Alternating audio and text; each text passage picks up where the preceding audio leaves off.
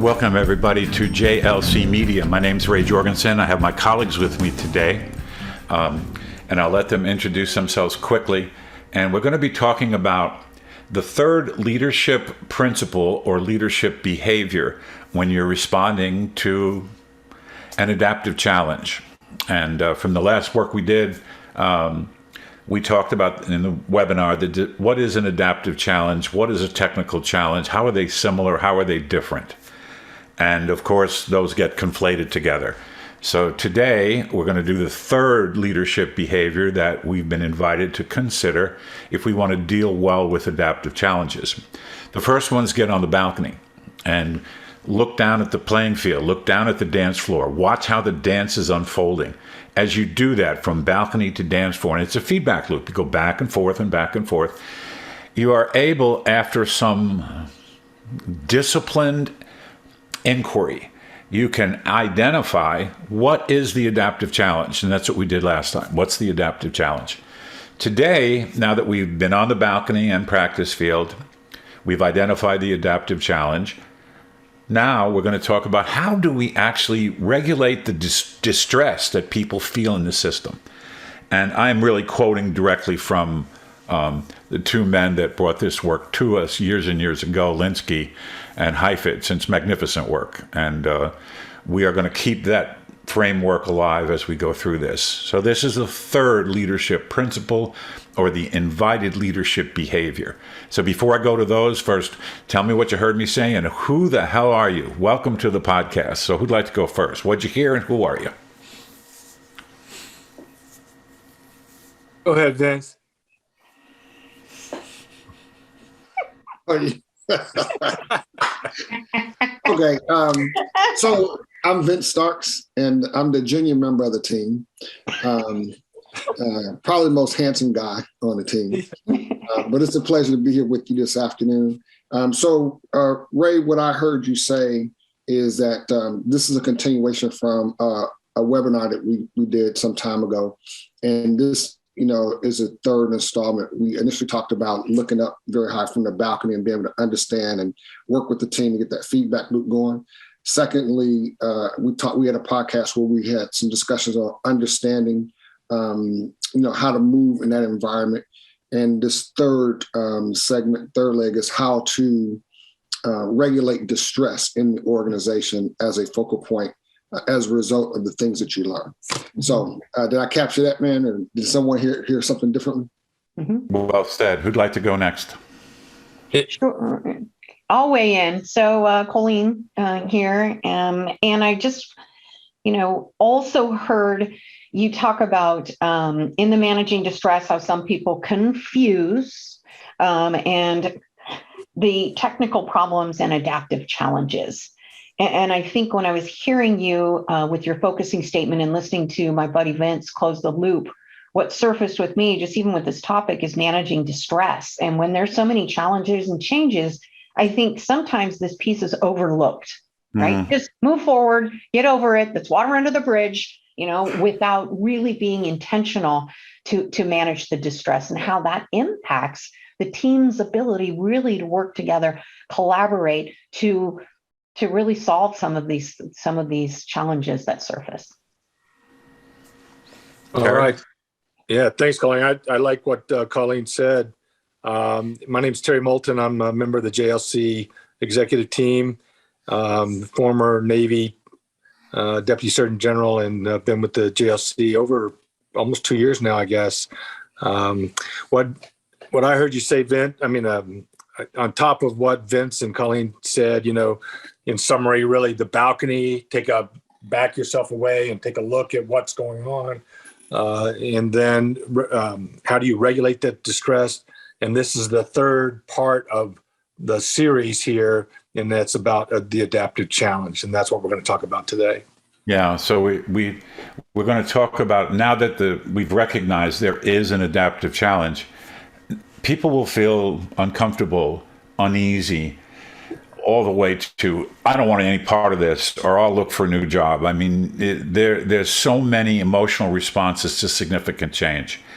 And oftentimes people don't realize they've been through significant change many times in their lives. But when it feels like it's coming from the outside and somebody else is deciding this for me, sometimes we get a little bit of amnesia about how do I deal with this? I know how to deal with change. How do I deal with it? So as we start this off and think about this sense of the distress or stress that somebody feels, the first thing that we need to place in the system is somewhere for them to go and have a conversation where it's completely safe, where they're able to say what's on their hearts, what's bothering them. At the same time that I say that, I want to make sure I say this to everyone listening and to myself. I do not want to admire the problem. I do not want to admire the challenge.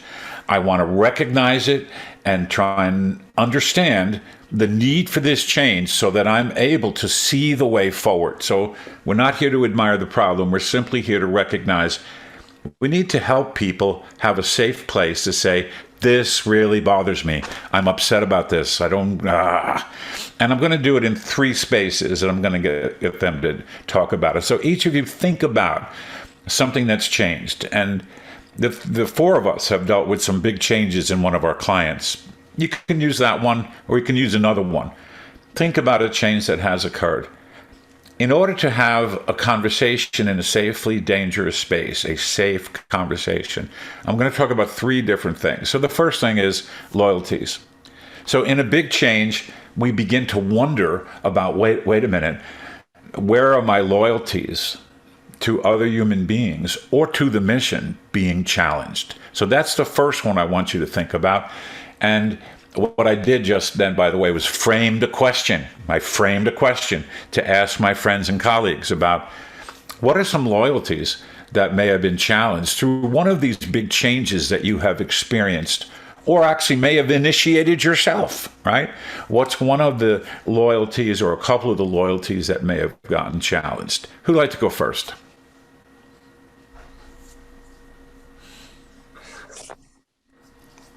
Boy. Go ahead, Colleen, please. Oh, Terry, I'd love to hear your perspective on this one. Well, all right. Thank you, Colleen. I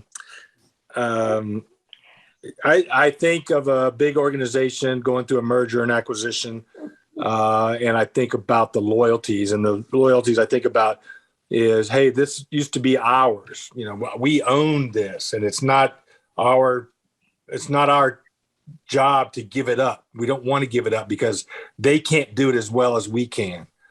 So we need to keep it. And so in the organization, we never make the change, never understand the need for the change. And our top leaders don't communicate to us it's okay for the change to occur. And I think the loyalties play a big part of that. And I think people need to be told it's okay. We need to do this. Yeah. And then I need champions to help lead the way. I love it. It's almost like seeing the way forward. And if we don't see a way forward, we begin to talk about the current reality and say, I'm going to lose these loyalties. These people really matter to me. I designed this in such a way that I can make sure that these things got accomplished going forward. So that's really well said. And if I'm not careful, then if I'm wondering about my loyalties, I start to become a victim of the change rather than someone that can embrace the change. And if leadership's not giving us a very clear picture, and in the case that I think Terry's talking about, it was a combined leadership, could have given a way forward, could have given a picture of what success might look like going forward. So, Colleen, Vince, what are you hearing Terry and I saying and talking about right now? What's resonating with you? Sure, I'll weigh in. I think what's resonating with me is this sense of loyalties. And when things change, whether it's combined, right, somehow there's an organizational change. We, as human beings, we want to feel connected to something. And so if our loyalties are shifted, then we get a little bit confused, right? Well, where's my place in this organization was one piece I heard. And the second piece was, I don't understand my place. And senior leaders are not developing a shared vision of where I'm going. Now that adds on to my confusion, because not only do I not feel connected to the organization and to leadership, I don't know where we're going. That's beautiful. So you really identified another big piece here in the loyalties. when there is some confusion about the big picture, the new story that's being told, my loyalty tends to be with the person I report to. So I'm very loyal to my boss, to whoever it is I see as my boss. And I could be loyal actually to my team members also. So if I don't have that other picture, I'm starting to feel uncomfortable to distressed about the fact that I don't know what to be loyal to at the moment. See, that's a great catch. Vince, what are you thinking about, brother? Yeah, I agree with my colleagues. And as they were talking, I was thinking about what does that look like, at the deck plates. And so you're right, that loyalty issue does become a concern. And I think that leadership really also has to have the ability not only just to communicate a direction, but you need to do it often. Yeah. Because when you're under distress, somebody could say one time, it'll be okay. This is the thing we need to do. And then tomorrow when I come back to the office, I'm filled with the distress that I had the day before, and I may have forgotten about the vision. So not only having a vision, to Colleen's point, but the frequency and the periodicity and the way that you need to communicate that so that it's clear across your system. It's something that could have some impact. But loyalty begs for repetition and clarity of the vision. Yeah, Vince, you just nailed the big piece in the literature which says in times of significant change, leaders need to over-communicate.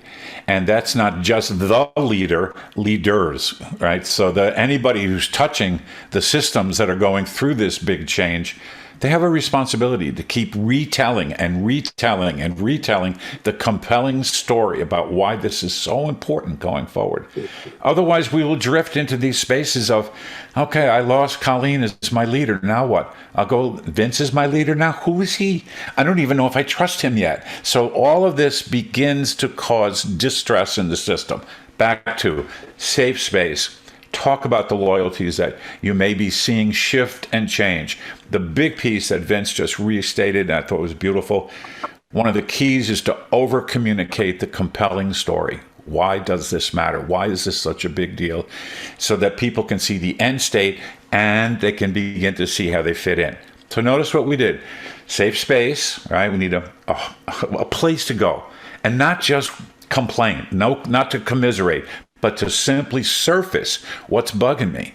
And what may be bugging me are the loyalties. And I'm not clear about what those are. There's another piece here that happens.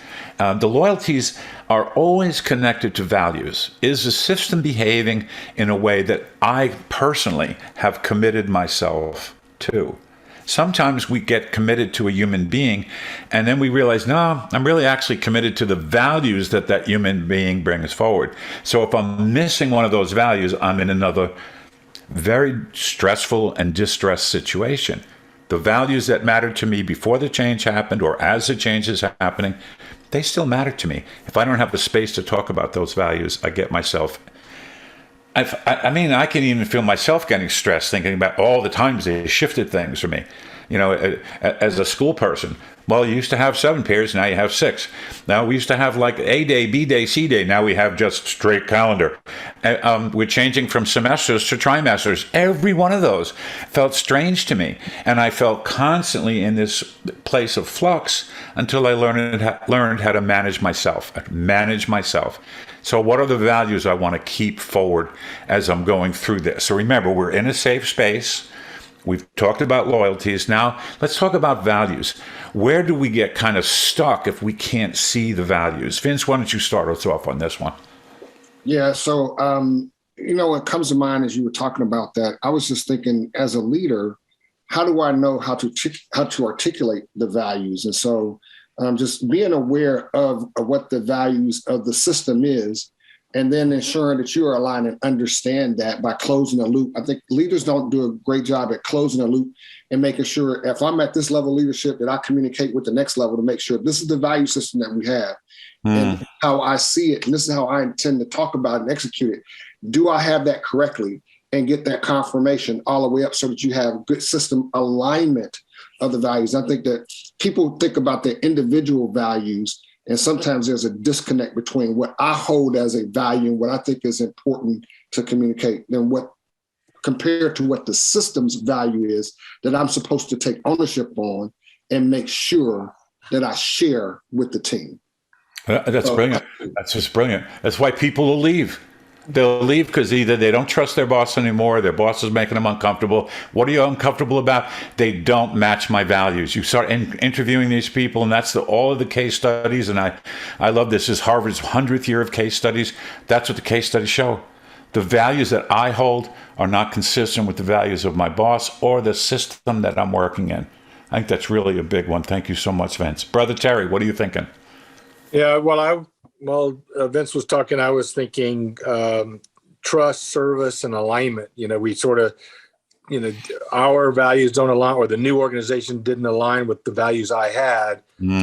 So it wasn't, my place wasn't moving to try to understand the other side, right? I was stuck in my value proposition rather than Right. embracing being able to move into the new organization's value and what opportunity that presented us going forward. So notice you slip into that same place. I'm now a victim of the value structure that I haven't yet had a chance to even grapple with to see if it matters to me or if it even means something I can hold on to. That was really good, Terry. That is the second place, first loyalties and now values. What are you thinking, Colleen, about this value thing? Yeah, just as they were both sharing their thoughts, it made me think about if I'm grappling with the values and then I'm looking to my leader and my leader isn't even modeling or demonstrating these values, now I'm really distressed and uncomfortable. I'm going, wait a minute. You talked about integrity, Terry, and you're talking about people behind their back. What's all about that? So I think, while you're in the middle of values, mine don't match, but then a leader says, well, these are our values, and then they are not behaving consistent with the stated values. Right. I think if I could add with that, Please. One of the key words you talked about was modeling the intended behavior, right? Act in the way that I want it to be, right? And it's so important for the leaders to model that so that the rest of the organization and those that they lead move on with them. Mm-hmm. Yeah, so there's a piece here on the things that you guys just spoke about that if you're not careful and you don't provide a safe space for people to talk about what's bugging them, what's really distressing them about this change, they will begin talking about other people. They'll make fun of their leader. They'll say the leader's not doing it right. This one's not doing it. They'll start to identify people that are not behaving in a way that they think they should be behaving. So we get back to this right, wrong, good, bad, crazy morality conversations, as opposed to, I think that person is a wonderful human being doing the best they can in the context of this change. How can I have a space, safe space, where I can talk about the distress that I'm feeling and the stress that I'm feeling moving forward? This. If you're listening to us, I hope you're recognizing we need a safe space, not to commiserate, but to identify where are these loyalties that I have being kind of upended temporarily or maybe permanently. Where are my values not being seen as consistent with the values of the system? And I like the way Vince did that with his hands, all through the system, not just in one place. And again, the literature is pretty clear. People leave because of their bosses and a lack of understanding of how they're behaving consistently with their values. Back to Terry, if it is to be, it's up to me. How do I behave in a way that brings this story forward, brings the compelling story forward? And I think all through this opportunity for safe space, the constant over-communication of here's where we're going and here's why it matters and here's why this change really will be good for sailors, Army members, Air Force men, Marines, and their families going forward. I think it's an opportunity you guys keep saying that, for us to do this. The last one, when we have this safe space to talk about our loyalties, our values, and how we're being impacted by either those loyalties that we may be shifting and changing, or values that may not match where we were a little while ago, we have some losses that are possible.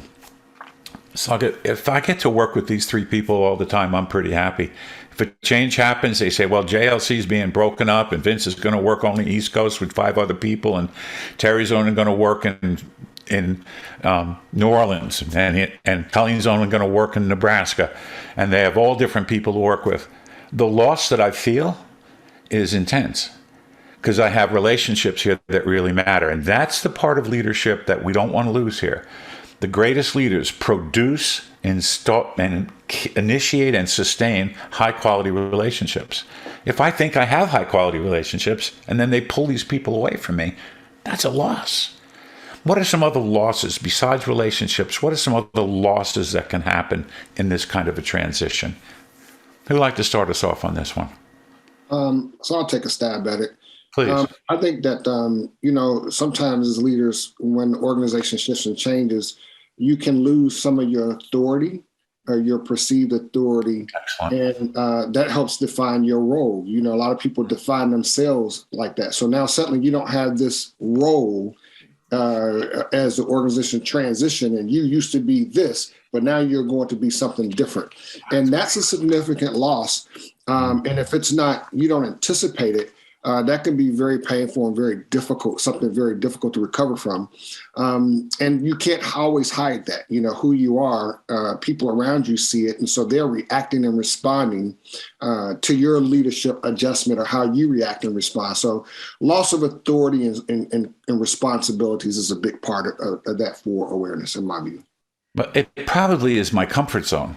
I like working in this space, and all of a sudden it's not there anymore. And in this space, people knew me. They respected me for my work. They really kind of liked me.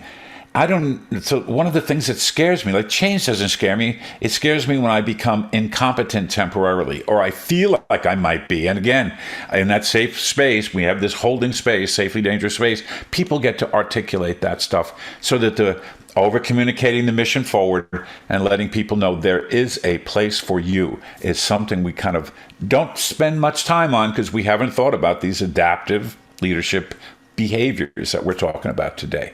Terry, what are you thinking about this one? Yeah, I was thinking more along the lines of, first of all, I like what Vince says, and it, sort of apply that to me even. But I was thinking more along the lines of the organization, right? If the organization was always their comfort zone is used to running these military treatment facilities, for example, and now those military treatment facilities are going to be somebody else's responsibility, that's a loss. And what do I do now? I'm not comfortable in this new role that I'm supposed to be doing. So I'm going to fight as long as I can, but inevitably you're going to lose. So how do you then transition into this new role, right? You're incompetent in this new role. So you need to educate yourself and have conversations and just start small. And what 3 things could we do that would prove that we're in this new opportunity, and move and go from there. And then you start to get comfortable, and then you can just keep expanding and expanding. But a great opportunity, though, from a different mindset. From a different mindset. And if your mindset shifts, all of a sudden you're giving somebody an opportunity to actually state, this bothers me. This is a loss that bothers me. I want to talk it through so I know how I can behave in my new position. It isn't that you're not needed or you're not important in your new position. It's different. And a lot of times that difference just so upsets me. I mean, I like where I get my coffee in the morning. I like what time I go to work. I like who I see when I walk through the door, on and on. Those things matter to us as people. And again, I keep saying this all the time. Leadership's a people business. It's not, here's the do-outs for us, and here's the structure. It's a people business, and this is all people stuff today, this distress. Colleen, what are you thinking about this loss of stuff?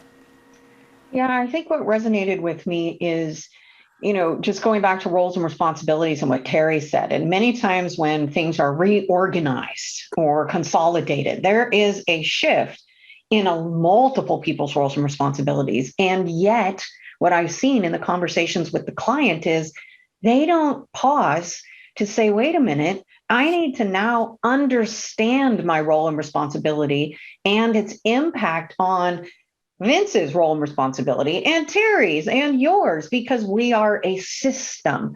And people talk about stay in your lane. This is mine, right? Well, instead of developing a common understanding of the new roles and responsibilities and how we can work together collectively The distress causes us to stay in our loss, and for me just to hold on and scrap for what I perceive to be mine. And think about what that does to the organization's opportunity to move forward. Goes down, right? There goes our productivity because I'm stuck in distress. I'm stuck in drama because Terry's over there. He's getting in my lane.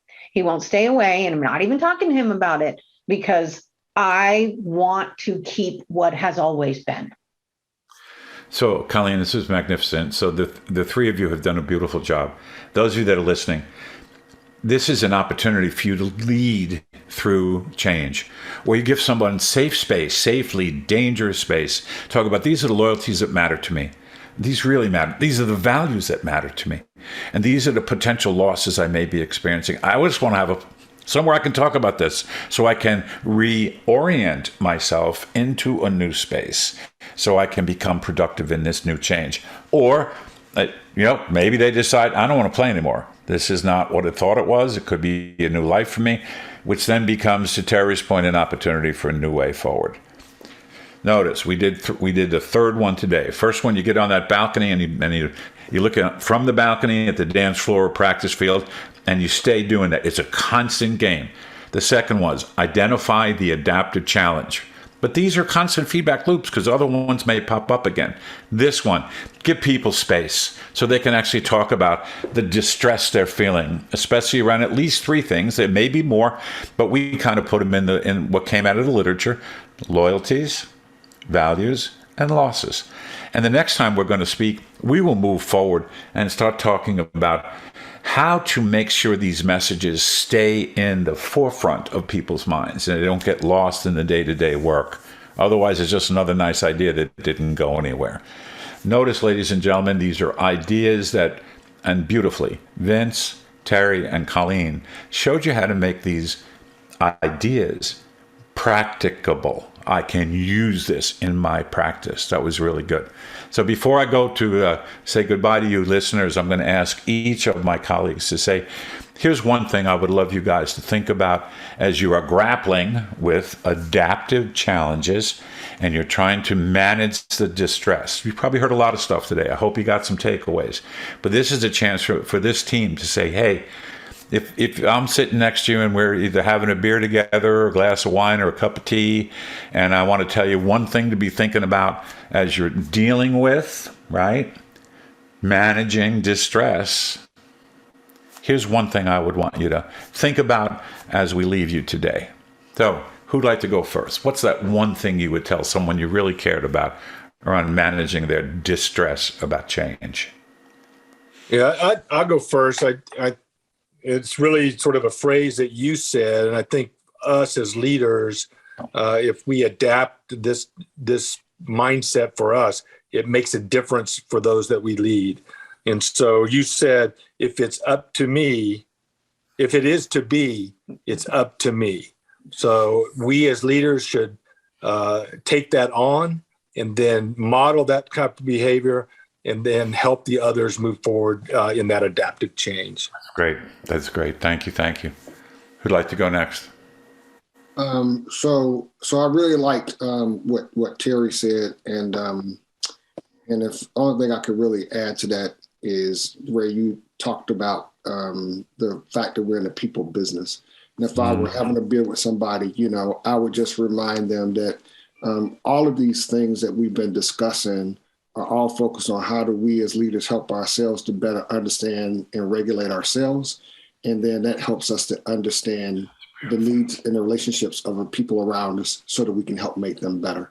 And so just to always remember, I will keep it simple. Remember that this is about people. And if you put people first, the rest of those are the relationships. You can do that, the team will get better, move forward. And I'm out. Beautiful. That's beautiful. Thank you. Thank you. Thank you. Colleen. Yeah.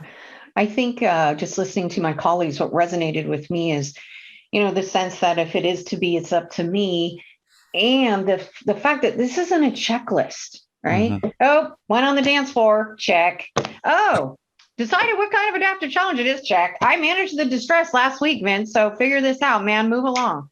I think my invitation is, it is about relentless repetition and recognizing, as you mentioned, these feedback loops. This is not a one and done. right? We would love to be able to say, I managed the distress last week, so we're moving forward and all is well. So my invitation is to recognize meeting people where they are, but that this is not a one and done. This is a constant daily practice of continuing to focus on your people. And I'm out. That's really good. Yeah. So we don't have any pixie dust to offer you. So that, okay, here's your change, here's your pixie dust, now you feel better. And I might not be upset this week, but I might be next week.